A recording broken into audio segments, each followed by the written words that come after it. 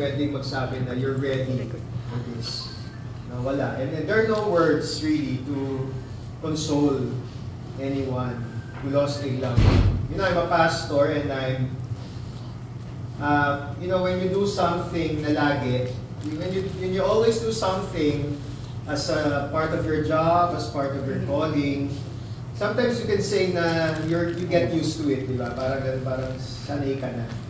But there's a part in my job that I cannot say that I can always get used to. Ministering to people who lost their loved ones. I've got used to, in a way, parang hindi na bago sa akin yung death eh. Early on in life, I lost my father, I lost my mother, and I've always experienced death in my life. But this is something that I never get used to. Yung mawala ng mahal sa buhay. You know? I'm not really, even if I study the Word of God, even if I go to school, I can never get used to facing people because there are no words that can really console a person, a family grieving for the loss of a loved one. Siguro, I want to start by saying, I lost my father when I was a teenager. I grew up almost without a set of parents.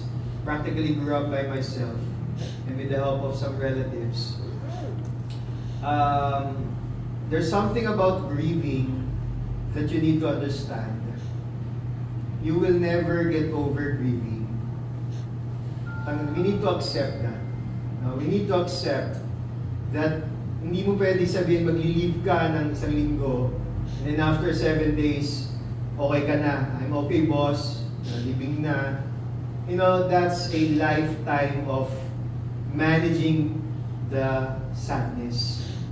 I think that we need to accept the fact that when you lost a loved one, grieving will not stop.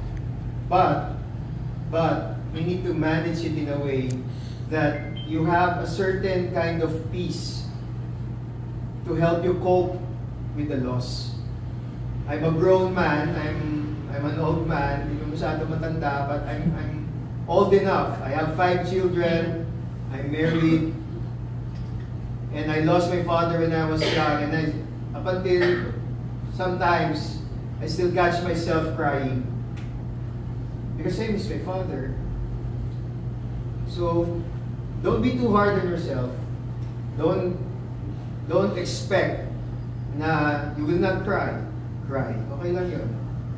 But the most important thing is when you're at that point that it's overwhelming, that the sadness and the pain and the overwhelming uncertainty or the unanswered questions, it overwhelms you. It's okay. God understands what you're going through. Naintindihan ng Diyos yun.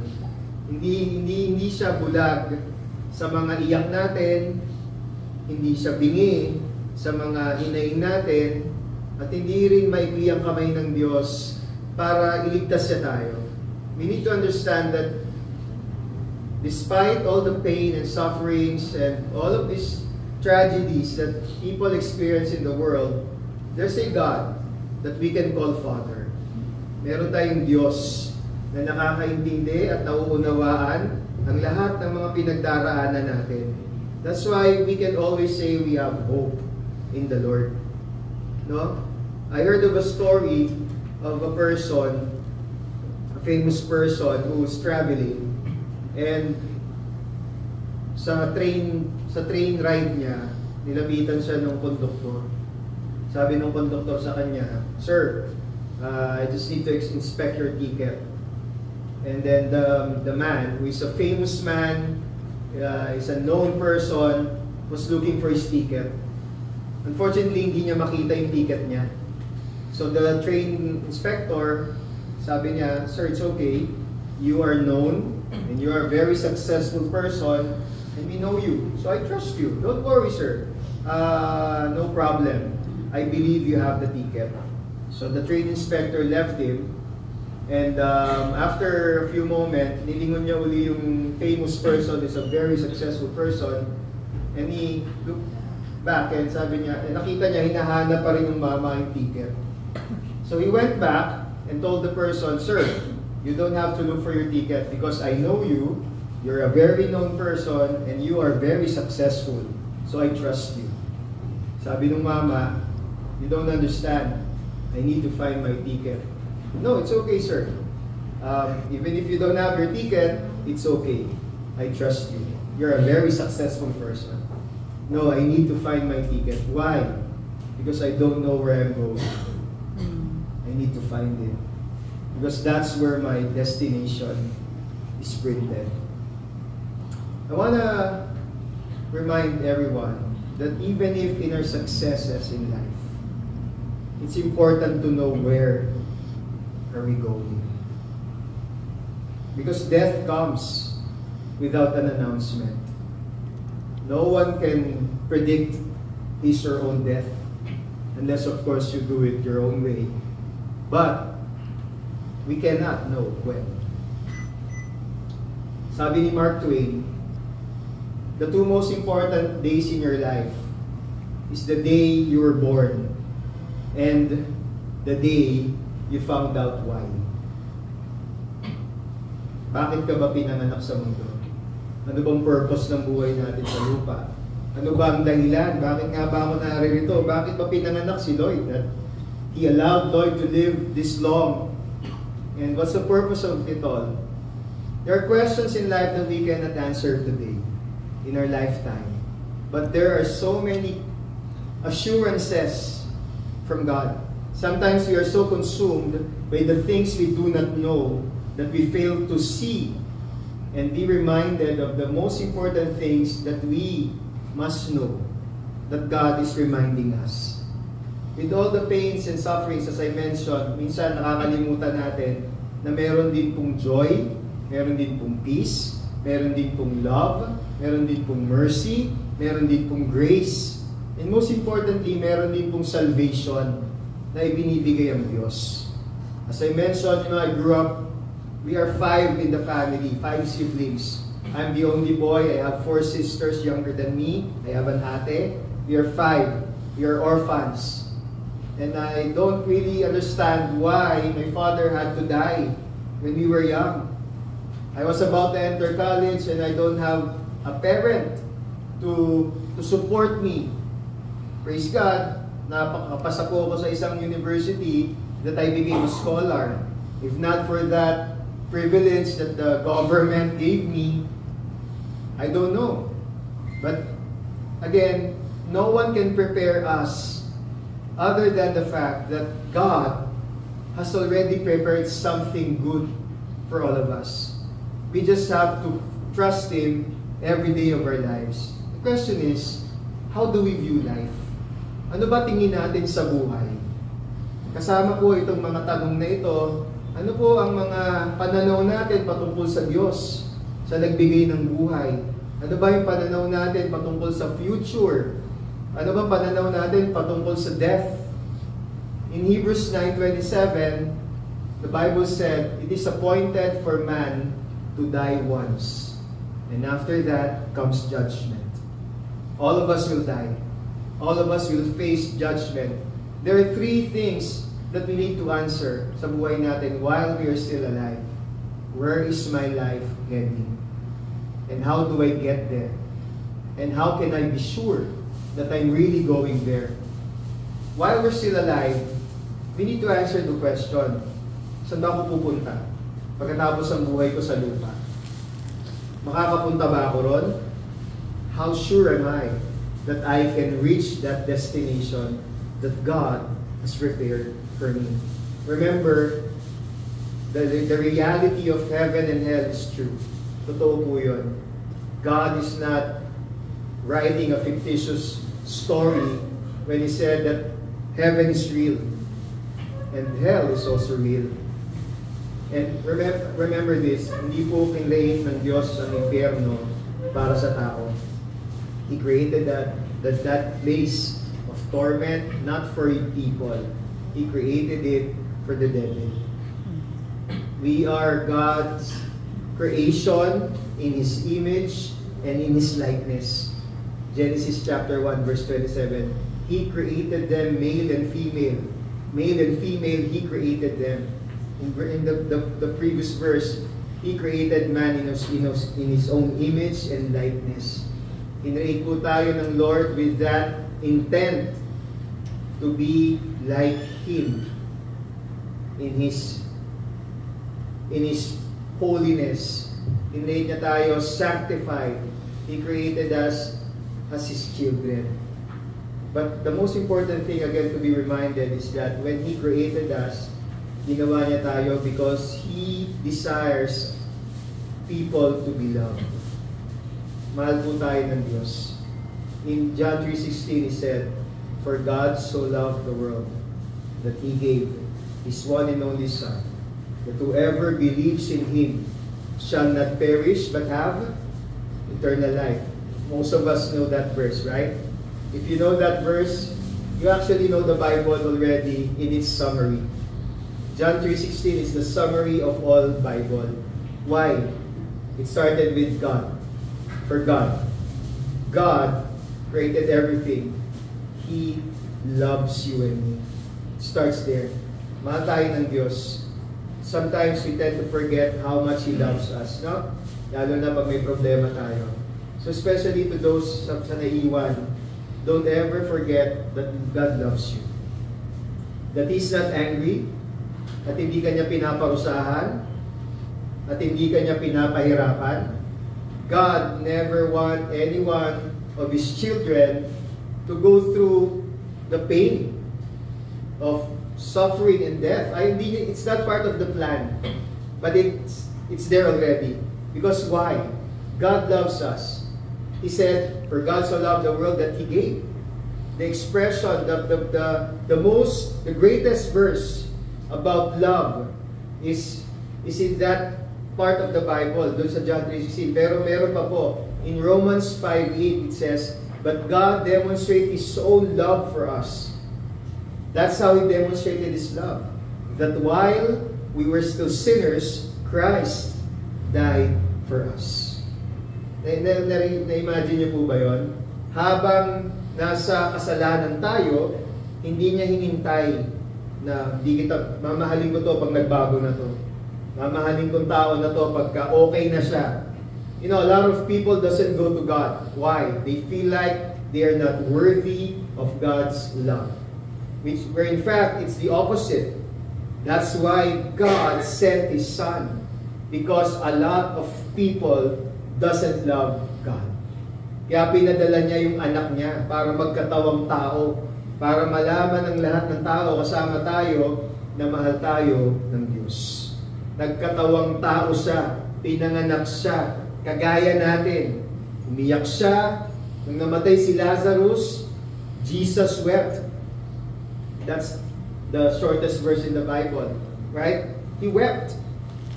Nung nalaman niyang namatay ang kanyang kaibigan, umiyak siya. He cried. So, it's okay to cry.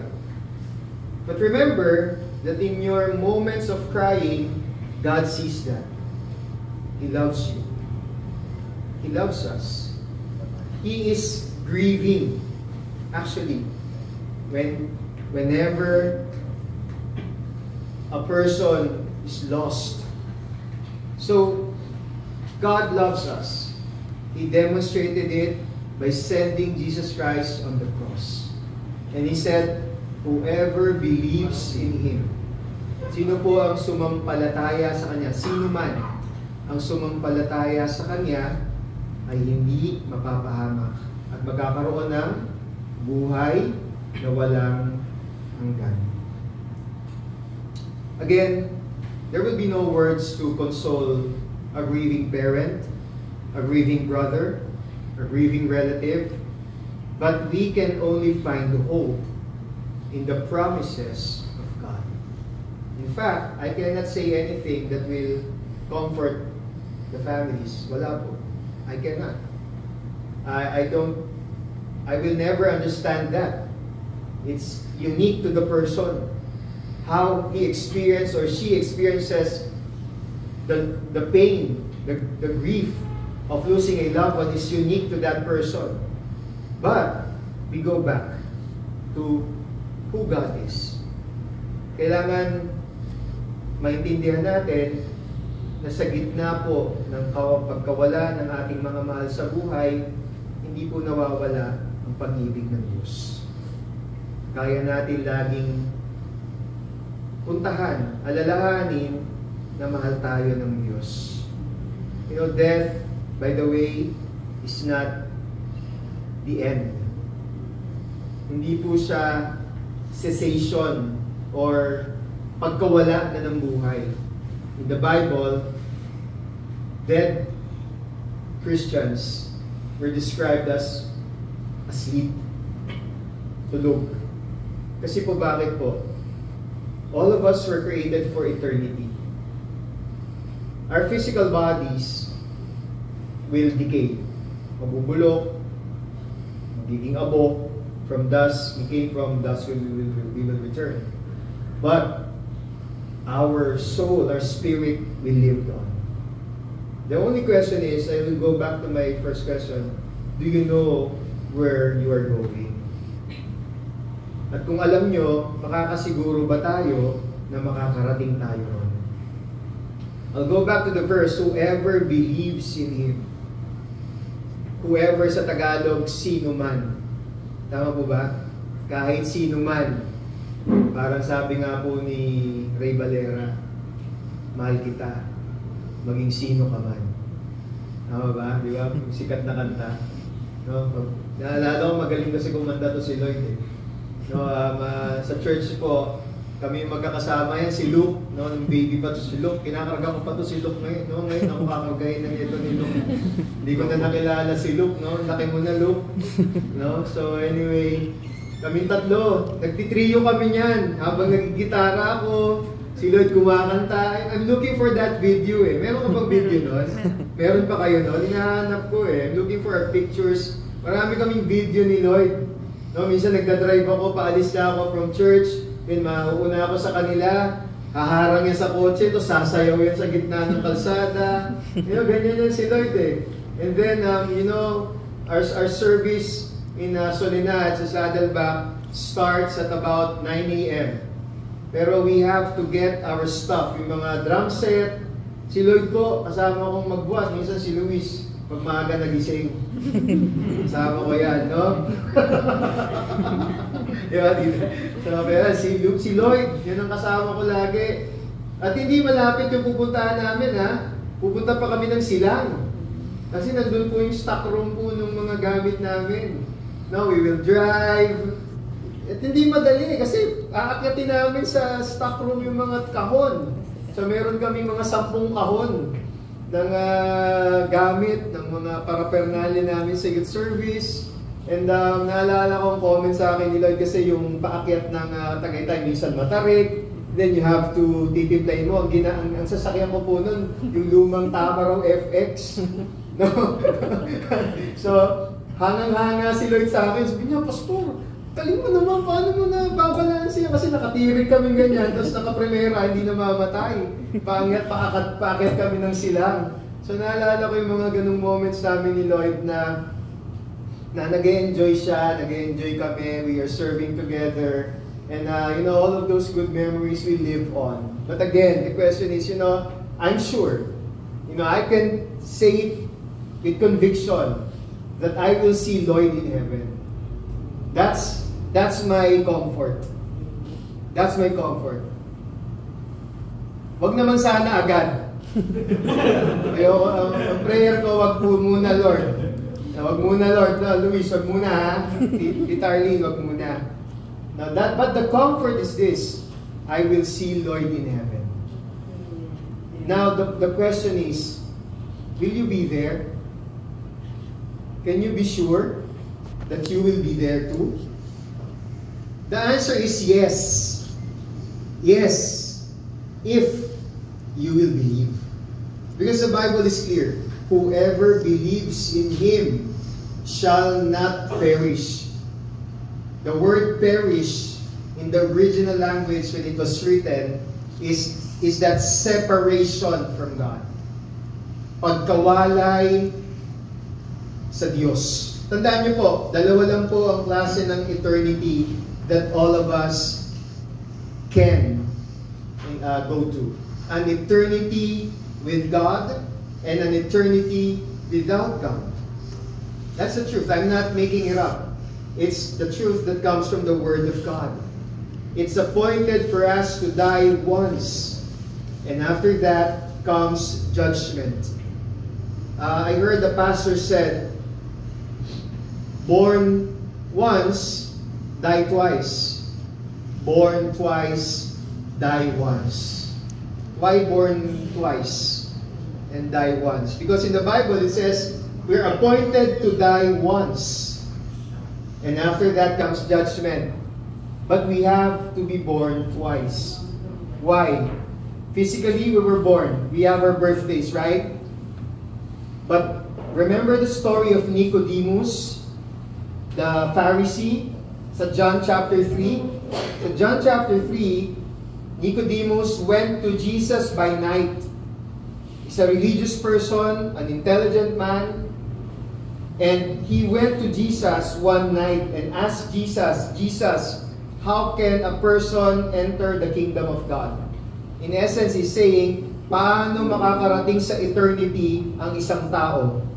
Sabi ni Jesus in John chapter 3 verse 3, unless a man be born again, he cannot enter the kingdom of God. Maliban na lamang na ipanganak muli ang isang tao ay hindi siya makakapasok sa kaharian ng Diyos. Nagtaka si Nicodemus, ang tanda ko na, paano ko babalik sa sinapupunan ng nanay ko? Imagine mo, look, paano nangyari yun? Malaki, di ba? Sila ko na, napupunteri ako. No? Pero just imagine, how can a grown man enter the womb? Diba? Nagtanong si Nicodemus. No, sabi ni Jesus, unless a man be born of the Spirit, he cannot see the kingdom of God. We are physically alive because we were physically born. But God is telling all of us, if we believe in Him, we will experience our second birth, a spiritual birth, an adoption into the family of God. That's why I tell you, you can be sure of your eternity if you will believe in the Lord Jesus Christ.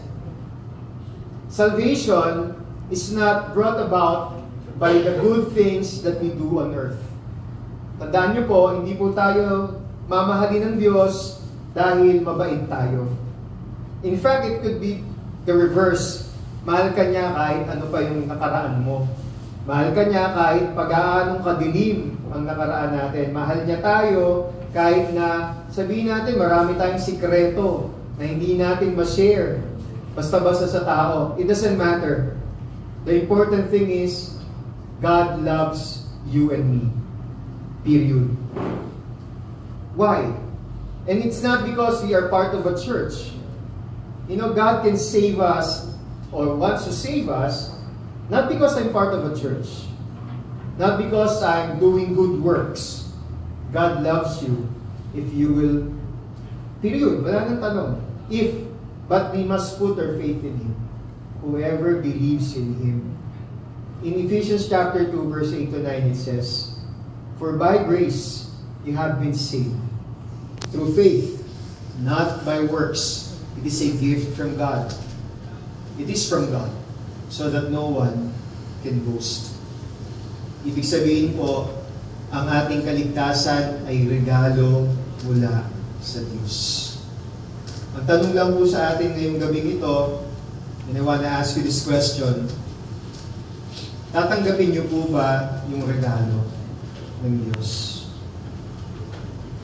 As we celebrate the life of Lloyd, I believe hindi po sayang yung buhay ni Lloyd. Hindi po siya sayang. Yes, marami pang pwedeng magandang mangyari sana. Yes, marami pa po sanang pwedeng kantahin si Lloyd. Marami pa sana siyang magkakaapo pa sana siya, si tita kay Lloyd. But all of those things, hindi yun sayang. I believe God has already saw this. And He already knew about this. And I believe in God's great plan sa buhay ng pamilya ni Tito Arlene, kapatid niya, and kay Lloyd. Walang nasayang po sa nilagi at sa buhay na nagstay si Lloyd on earth. I believe it was a life lived with purpose. I believe that it is a life lived with fullness. Kita niyo naman yung mga video ni Lloyd, di ba? Buhay na buhay siya eh. But we cannot, of course, right now, answer the question, why? Why now? Let's reserve that for God. I think that the important question that we need to ask, to answer today is, now that I know that life is short, that death is sure, what will I do with my life? As we celebrate the life of Lloyd, let that life remind us and help us rekindle, and recollect and assess how are we now. Si Lloyd is there already in heaven. He's with God. He's in a better place compared to us. Now, for all of us who are still alive on earth, will we see Lloyd there? Again, my answer is yes. I know that for a fact He's there. I can tell myself, I can see Lloyd there. But I don't know all of you. That's why I'm asking the question, can you be sure that you can see Lloyd there? Do you want to see Lloyd in heaven? Mahal ko si Lloyd, gusto ko siya makita ulit. And even before this happened, I know one day it will happen. Just happen abruptly. At least in the timeline of man, mabilis siya. But in God's time and plan, I know that God has already figured this out. All we need to do is surrender everything to Him. Surrender everything to Him. I believe if I will summarize and I'm asking God, what's the purpose of this? I believe that God is reminding me to fully surrender my life to God. I believe that the purpose of Lloyd on earth has been fulfilled, cut short by an untoward incident, but I believe God is still in control. God is still sovereign. When we say God is sovereign, He knows everything, He controls everything, and He has it covered from end to end. All we need to do is to fully trust God every step of the way. Again, in John 3:16, He said, He gave. Pag may binigay, ang ibig sabihin nun, it's a gift. Sabi ng Ephesians 2:8-9, by grace you have been saved through faith, not by works. Binigay lang. It's a gift. Sinabi sa Ephesians 2:8-9, God gave and He gifted us. Ano ibig sabihin po pag may regalo? Pag regalo po, hindi po nyo pinaghirapan. Tama po ba yun? No, lalo na magpapasko na. No, yung nakukuha ng mga nagtatrabaho every 15-30, hindi po yung regalo. Sahod po yun. No, pinaghirapan nyo yun. No? Dapat lang. No? Pwede mo sabihin sa boss mo, ba, dapat lang boss. Pinaghirapan ko to. Yung OT mo, pinaghirapan mo yan. It's a reward. But here's the good news. God is giving us much more than anything that we can achieve on earth. No wealth on earth can match what God is giving you and me today. The gift of salvation and the gift of eternal life. Will you accept that gift? Tatanggapin niyo ba itong libreng regalo na ito? And that will set your life in eternity. Na kahit ano pong mangyari sa lupa, you can be assured that you can be with God in eternity. Gusto niyo po ba yun? God loves you. He loves you so much that He demonstrated His love on the cross. I hope the cross will remind you that He gave the greatest gift that He can give, His Son, Jesus Christ. And when we put our faith in Him, we will not perish and we will have eternal life. Again, I want to ask the question, do you want to accept the free gift of salvation and eternal life that comes from God? Now, if you want to accept the gift, I want you to close your eyes and bow down your heads. Just where you are. This is a moment between you and the Lord. Wala mong pilitan to. This is a moment between you and God. You will just have to put your faith in Him. Remembering, number one, He loves you. Second, He can forgive you. And most importantly, He can save you and you can spend eternity with God. And you will see Lord there in heaven. Now, with your eyes closed and with your heads bowed down, with your soft voice, will you repeat this prayer after me? With faith in your heart, magdadasal po tayo ng may pananampalataya mula sa puso na tatanggapin natin ang libreng regalo ng kaligtasan at buhay na walang hanggan. Manalangin po tayo. Dear God, forgive me of all my sins. I accept the free gift of salvation and eternal life. Starting today, I will trust you, I will believe in you, I will put my faith in you. Thank you for a new beginning, a new hope, and a new life with you. Thank you for saving me. Thank you for eternal life. In the name of Jesus, amen and amen. You know what? If you pray that prayer sincerely from your heart,